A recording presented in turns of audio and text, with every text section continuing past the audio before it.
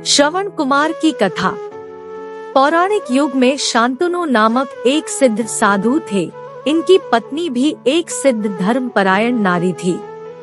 कहानी उस समय की है जब शांतनु और उनकी पत्नी बहुत वृद्ध हो चुके थे और उनकी आंखों की रोशनी भी चली गई थी।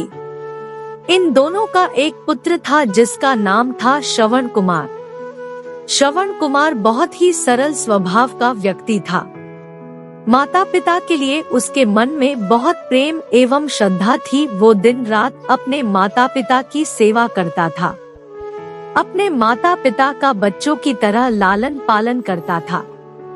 उसके माता पिता भी स्वयं को गौरवशाली महसूस करते थे और अपने पुत्र को दिन रात हजारों दुआएं देते थे। कई बार दोनों एक दूसरे से कहते कि हम कितने धन्य हैं कि हमें श्रवण जैसा मातृभक्त पुत्र मिला, जिसने स्वयं के बारे में ना सोचकर अपना पूरा जीवन वृद्ध नेत्रहीन माता पिता की सेवा में लगा दिया। इसकी जगह कोई अन्य होता तो विवाह के बाद केवल स्वयं का हित सोचता और बूढ़े नेत्रहीन माता पिता को कहीं छोड़ आता और खुशी से अपना जीवन व्यापन करता। जब ये बात श्रवण ने सुनी तो उसने माता पिता से कहा कि मैं कुछ भी भिन्न नहीं कर रहा हूँ, यह मेरा कर्तव्य है। जब मैं छोटा था तब आपने मुझे इससे भी ज्यादा अच्छा जीवन दिया और अब मुझे यह सौभाग्य प्राप्त हुआ है कि मैं आपकी सेवा करूं।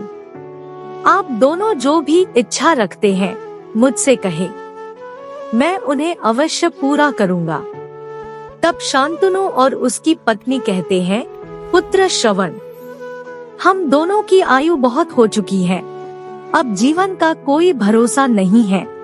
किसी भी समय हमारी आंखें बंद हो सकती हैं। ऐसे में हमारी एकमात्र इच्छा है, हम तीर्थ यात्रा करना चाहते हैं।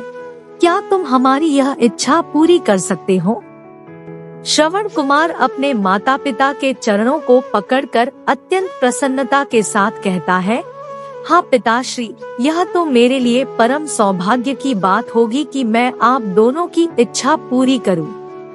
श्रवण अपने माता पिता को तीर्थ करवाने हेतु एक कावड़ तैयार करता है, जिसमें एक तरफ शांतनु एवं दूसरी तरफ उनकी पत्नी बैठती है और कावड़ के डंडे को अपने कंधे पर लादकर यात्रा शुरू करता है। उसके हृदय में माता पिता के प्रति इतना स्नेह है कि उसे उस कावड़ का लेश मात्र भी भार नहीं लगता। अपने पुत्र के इस कार्य से माता पिता का मन प्रसन्नता से भर उठता है और वे पूरे रास्ते अपने पुत्र श्रवण को दुआएं देते चलते हैं। तीर्थ करते समय जब वे तीनों अयोध्या नगरी पहुंचते हैं, तब माता पिता श्रवण से कहते हैं कि उन्हें प्यास लगी है। श्रवण कावड़ को जंगल में रखकर हाथ में पत्तों का पात्र बनाकर सरयू नदी से जल लेने जाता है। उसी समय उस वन में अयोध्या के राजा दशरथ आखेट पर निकले थे और उस घने वन में वह हिरण को शिकार बनाने के लिए उसके पीछा कर रहे थे। तभी उन्हें घने जंगल में झाड़ियों के पार सरयू नदी से पानी के हलचल की आवाज आती है। उस हलचल को हिरण के पानी पीने की आवाज समझकर महाराज दशरथ शिकार के उद्देश्य से तीर चला देते हैं और उस तीर से श्रवण कुमार के हृदय को आघात पहुंचता है, जिससे उसके मुंह से पीड़ा भरी आवाज निकलती है, जिसे सुन दशरथ स्तब्ध रह जाते हैं और उन्हें अनहोनी का एहसास होता है और वे भागकर सरयू नदी के तट पर पहुंचते हैं, जहां वे अपने तीर को श्रवण के हृदय में लगा देख भयभीत हो जाते हैं और उन्हें अपनी भूल का एहसास होता है। दशरथ श्रवण कुमार के समीप जाकर उससे क्षमा मांगते हैं। तब अंतिम सांस लेता श्रवण कुमार महाराज दशरथ को अपने वृद्ध नेत्रहीन माता पिता के बारे में बताता है और कहता है कि वे प्यासे हैं, उन्हें जाकर पानी पिला दो और उसके बाद उन्हें मेरे बारे में कहना। और इतना कहकर श्रवण कुमार मृत्यु को प्राप्त हो जाता है। भारी हृदय के साथ महाराज दशरथ श्रवण के माता पिता के पास पहुंचते हैं और उन्हें पानी पिलाते हैं। माता पिता आश्चर्य से पूछते हैं, उनका पुत्र कहाँ है? वे भले ही नेत्रहीन हो, पर वे दोनों अपने पुत्र को आहट से ही समझ लेते थे। माता पिता के प्रश्नों को सुन महाराज दशरथ उनके चरणों में गिर जाते हैं और बीती घटना को विस्तार से कहते हैं। पुत्र की मृत्यु की खबर सुनकर माता पिता रोने लगते हैं और दशरथ से उन्हें अपने पुत्र के पास ले जाने को कहते हैं। महाराज दशरथ कावड़ उठाकर दोनों माता पिता को श्रवण के शरीर के पास ले जाते हैं। माता पिता बहुत जोर जोर से विलाप करने लगते हैं।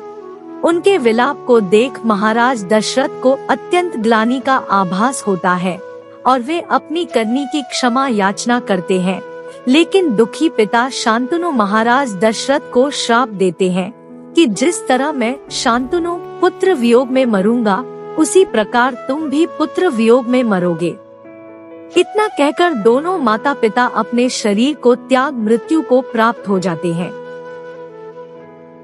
महाराज दशरथ श्राप मिलने से अत्यंत व्याकुल हो जाते हैं और कई वर्षों बाद जब उनके पुत्र राम का राज्य अभिषेक होता है, तब माता कैकेयी के वचन के कारण राम, सीता और लक्ष्मण को 14 वर्षों का वनवास स्वीकार करना पड़ता है और इस तरह महाराज दशरथ की मृत्यु भी पुत्र वियोग में होती है। अपने अंतिम दिनों में उन्हें शांतनु के कहे शब्द याद आते हैं और वे राम के वियोग में अपना शरीर त्याग देते हैं।